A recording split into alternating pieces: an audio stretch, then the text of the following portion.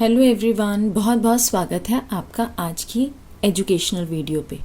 लेकिन उससे पहले क्या आपको पता है कि आज की डेट में स्टेटस क्या है राइट टू प्रॉपर्टी का, और क्या ये पहले फंडामेंटल राइट था? अगर था तो आज ये कौन सा राइट है और फंडामेंटल राइट ये क्यों नहीं है अब? पर उससे पहले इस चैनल को लाइक, शेयर एंड सब्सक्राइब ज़रूर कीजिए। फंडामेंटल राइट टू प्रॉपर्टी था पहले, ये आर्टिकल 19(1)(f एंड आर्टिकल 31 में था। आर्टिकल 19(1)(f क्या कहता था कि every citizen has the right to acquire, hold and dispose of property. आप अपने लिए लैंड खरीद भी सकते हैं, उसको रख भी सकते हैं और उसको बेच भी सकते हैं।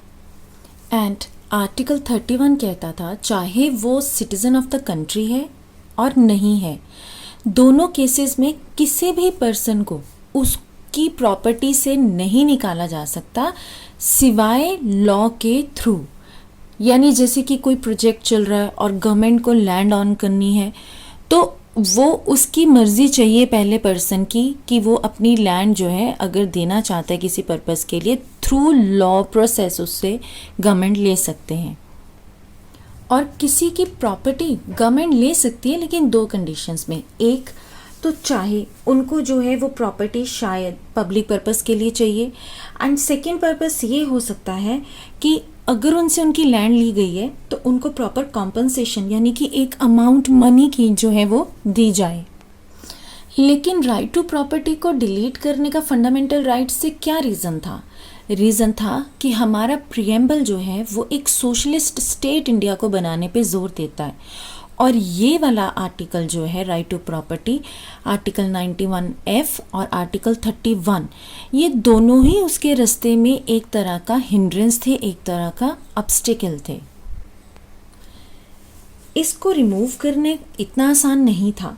इसके लिए बहुत सारी कॉन्स्टिट्यूशनल अमेंडमेंट्स हुई, जैसे फर्स्ट अमेंडमेंट हुई, फोर्थ हुई, 7th, 25th, 39th, 40th, 42nd और फाइनली राइट टू प्रॉपर्टी को 44th अमेंडमेंट 1978 को अबॉलिश कर दिया गया एज अ फंडामेंटल राइट, और इनकी प्लेस में एक नया राइट इंट्रोड्यूस किया गया, that is article 300A in part 12th of the constitution. अब इसमें आप किसी को भी उसकी प्रॉपर्टी से निकाल नहीं सकते हैं, उसकी प्रॉपर्टी उससे छीन नहीं सकते हैं except by the authority of law. और हाँ, अब ये फंडामेंटल राइट नहीं रहा और अब इसको एक लीगल राइट और कॉन्स्टिट्यूशनल राइट में कन्वर्ट कर दिया गया है। बट लीगल राइट और कॉन्स्टिट्यूशनल राइट में क्या फ़र्क है और फंडामेंटल राइट में क्या फ़र्क है? फंडामेंटल राइट्स को हम कॉन्स्टिट्यूशनल अमेंडमेंट्स के साथ ही चेंज कर सकते हैं, और जबकि जब हम ऑर्डिनरी लॉ की बात करते हैं या लीगल लॉ की बात करते हैं तो उस केस में हम इसको जो एक बिल के फॉर्म में हाउस में लेके आते हैं और देन ऑर्डिनरी लॉ की तरह इसको हम पास कर देते हैं। अब हम बात करते हैं what are the features of the fundamental rights. सबसे पहले इट लिमिट्स गवर्नमेंट की पावर को ये लिमिट करता है। ये यूनियन गवर्नमेंट, ये state government, legislature, executive, judiciary, सबकी पावर्स को ये लिमिट करता है।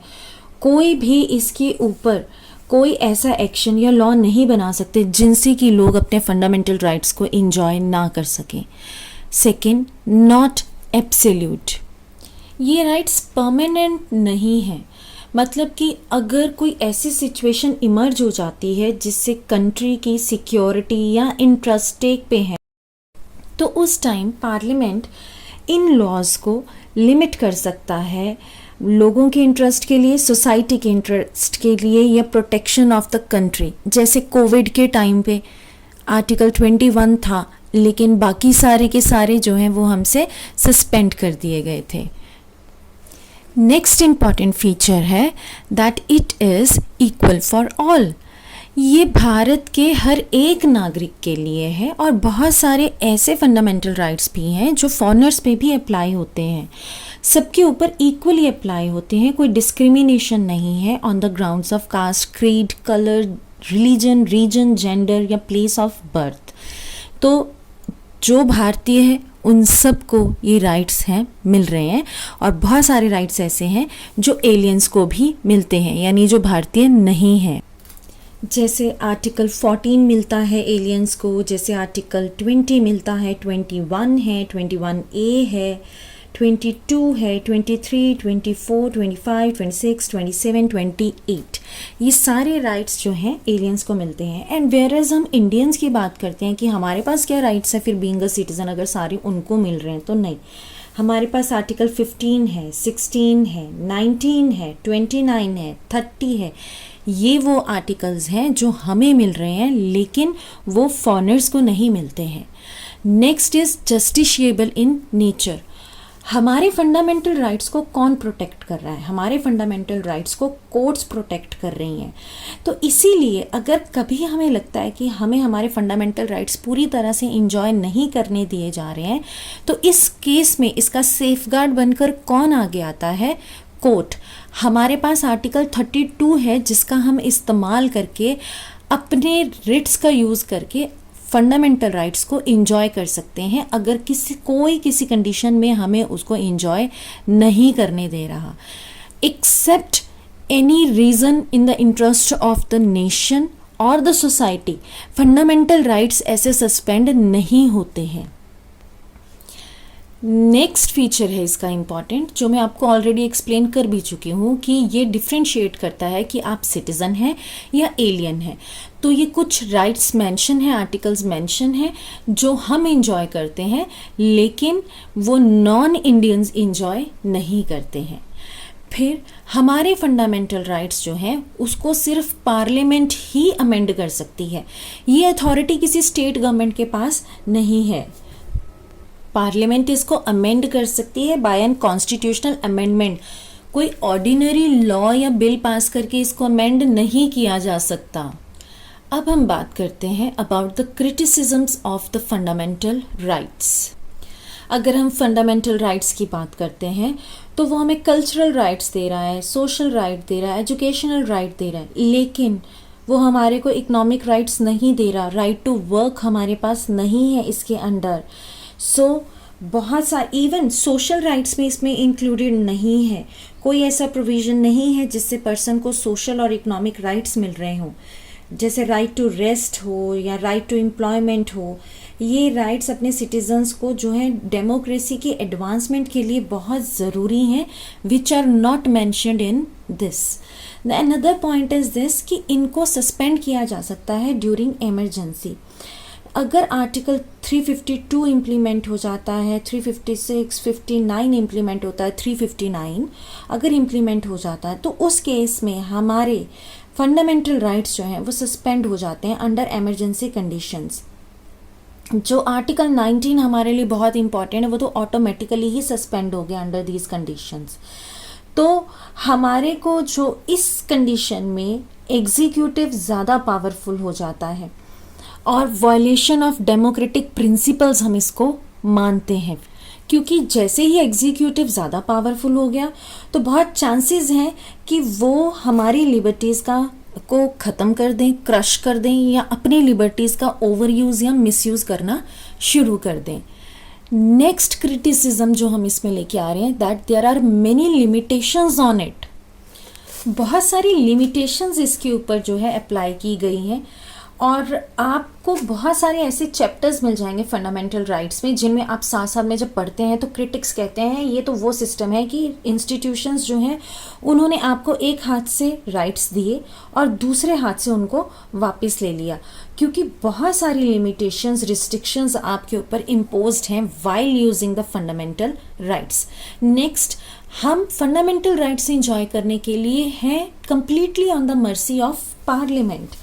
आखिर ये राइट कैसे काम करता है? क्योंकि देखिए आर्टिकल जब हमारा 44th अमेंडमेंट हुआ तो राइट टू प्रॉपर्टी उन्होंने डिलीट कर दिया। तो डिलीट किसने किया? पार्लियामेंट ने किया। और अब ये एक लीगल राइट बन के रह गया, फंडामेंटल राइट नहीं है। तो यही अपने आप में सबसे बड़ा एग्जाम्पल है कि हम लोग मर्सी पे हैं पार्लियामेंट की। जब कभी भी वो कॉन्स्टिट्यूशनल अमेंडमेंट लेके आएंगे तो किसी भी राइट को इंट्रोड्यूस कर देंगे या किसी भी राइट को वो कट कर देंगे। तो हमारी फंडामेंटल राइट्स की जो मर्सी है that is completely in the hands of the parliament. The another important feature is the language is very legal and difficult.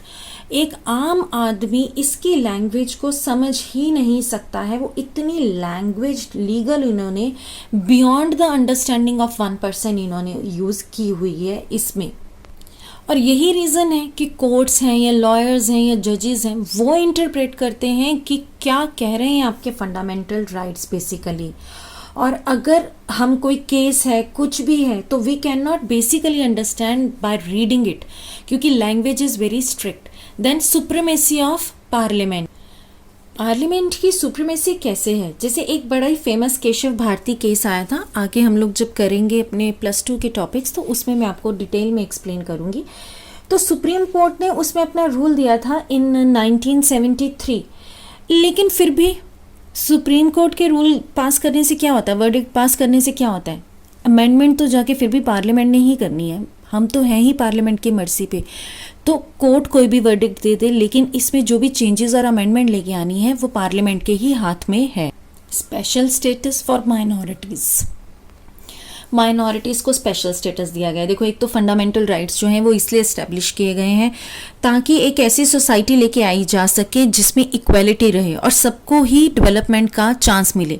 लेकिन फंडामेंटल राइट्स खुद ही क्लासीफाई कर देते हैं सोसाइटी को इन डिफरेंट कैटेगरीज और उसमें भी वो कुछ स्पेशल प्रोविजंस जो हैं वो प्रोवाइड कर देते हैं to the minorities and to the backward class. तो वो खुद ही तो कॉन्ट्राडिक्ट कर रहे हैं अपनी बात को by giving a special status to the minority. Next important thing we are going to pick up the importance of the fundamental rights. Foundation of democracy. Fundamental rights एक इंसान की पर्सनल डेवलपमेंट के लिए बहुत ज़रूरी हैं क्योंकि वो एक ऐसा इन्वायरमेंट उसको ऐसा प्लेटफॉर्म उसको प्रोवाइड करते हैं जिससे वो अपने आप को डेवलप कर सके. और इसीलिए इसको हम फाउंडेशन कहते हैं डेमोक्रेसी की. और लार्जेस्ट डेमोक्रेसी होने के कारण हमें फंडामेंटल राइट्स जो कॉन्स्टिट्यूशन प्रोवाइड कर रहा है वो डेमोक्रेसी सेटअप करने के लिए एसेंशियल हैं. उस गोल को भी वो अचीव कर रहे हैं. Then next important feature is relation between citizen and government.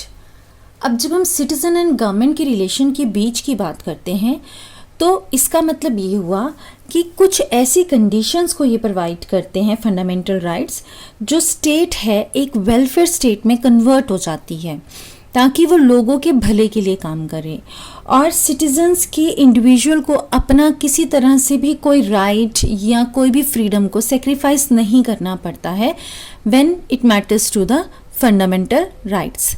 Another one is essential for the development of an individual. एक इंडिविजुअल की डेवलपमेंट के लिए, पर्सनल डेवलपमेंट के लिए, उसकी पर्सनैलिटी की डेवलपमेंट के लिए फंडामेंटल राइट्स बहुत ज़रूरी कंडीशन है जो कि कॉन्स्टिट्यूशन प्रोवाइड करता है ताकि मैन जो है वो अपने आप की डेवलपमेंट कर सके और राइट्स उसके लिए एसेंशियल है ताकि उसकी ऑल राउंड डेवलपमेंट हो सके. चाहे वो एजुकेशन की फील्ड में हो, चाहे वो ट्रेड की फील्ड में हो, कॉमर्स की फील्ड में हो, एसोसिएशन फॉर्म करना है, स्पीच एंड एक्सप्रेशन है या किसी चीज़ को लेकर प्रोटेस्ट करना है and so on. Another importance of fundamental rights are prohibits discrimination.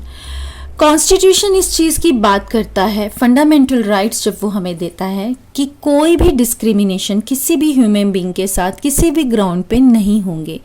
All are equal in front of the eyes.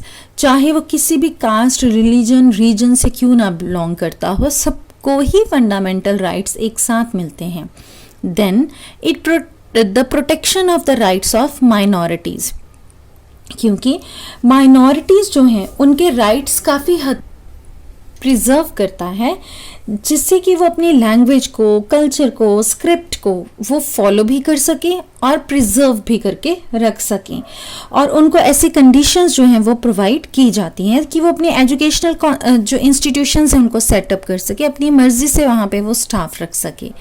तो माइनॉरिटीज़ के ऊपर भी काफ़ी ज़्यादा इसका इम्पेक्ट दिखता है फंडामेंटल राइट्स का. Then the another importance is rule of law. Rule of law में कॉन्स्टिट्यूशन ये डिक्लेयर करता है कि हर कोई लॉ के आगे इक्वल है और हर किसी के जो इंटरेस्ट हैं उनकी प्रोटेक्शन कौन कर रहा है, वो भी लॉ ही कर रहा है। ऐसा नहीं है कि लॉ सिर्फ किसी एक को फ्रीडम ग्रांट कर रहा है और किसी दूसरे को फ्रीडम ग्रांट नहीं कर रहा। फ्रीडम सबको मिल रही है, कानून का राज चल रहा है एंड कोई भी सुपीरियर नहीं है हमारी कंट्री में। सुपीरियर कौन है? Not an individual, a law is superior in our country.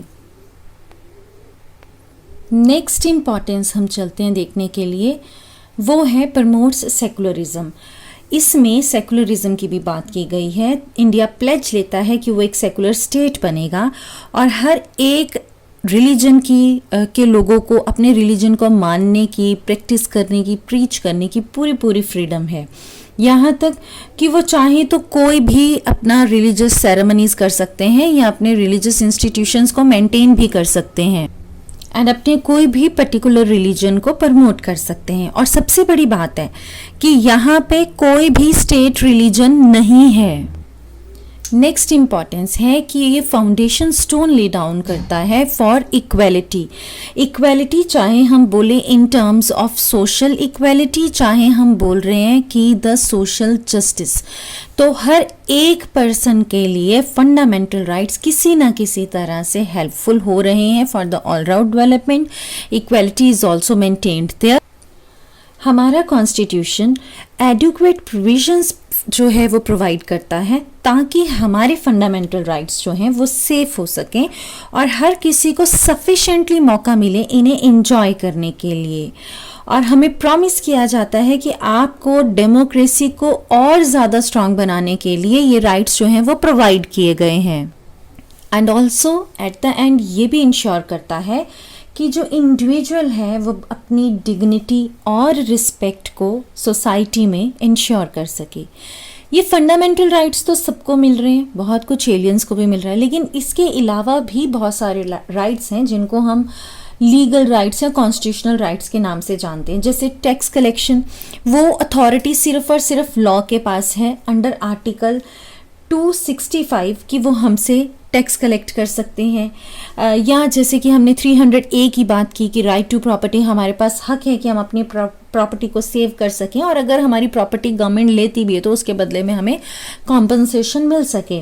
या हम बात कर सकते हैं जैसे कि राइट टू वोट की, यूनिवर्सल एडल्ट फ्रेंचाइज की, ये हमें मिलता है अंडर आर्टिकल 326। पर अगर फंडामेंटल राइट्स हमारे किसी तरह से हार्म होते हैं तो वो हम कोर्ट में जाते हैं अंडर आर्टिकल 32। लेकिन जो बाकी कॉन्स्टिट्यूशनल राइट्स होते हैं उनके लिए डिफरेंट प्रोविजंस हैं to go in front of court कि हमें ये राइट्स मिल नहीं रहे हैं। एंड फंडामेंटल राइट्स को सुपीरियर माना गया है ऑन ऑर्डिनरी लॉज या कॉन्स्टिट्यूशनल लॉज। ऐसी ही और इन्फॉर्मेटिव वीडियोस देखने के लिए सोशल सफियर बाय वनीता को लाइक, शेयर एंड सब्सक्राइब ज़रूर कीजिए। जल्दी ही मिलते हैं एक और इन्फॉर्मेटिव वीडियो के साथ। Thank you.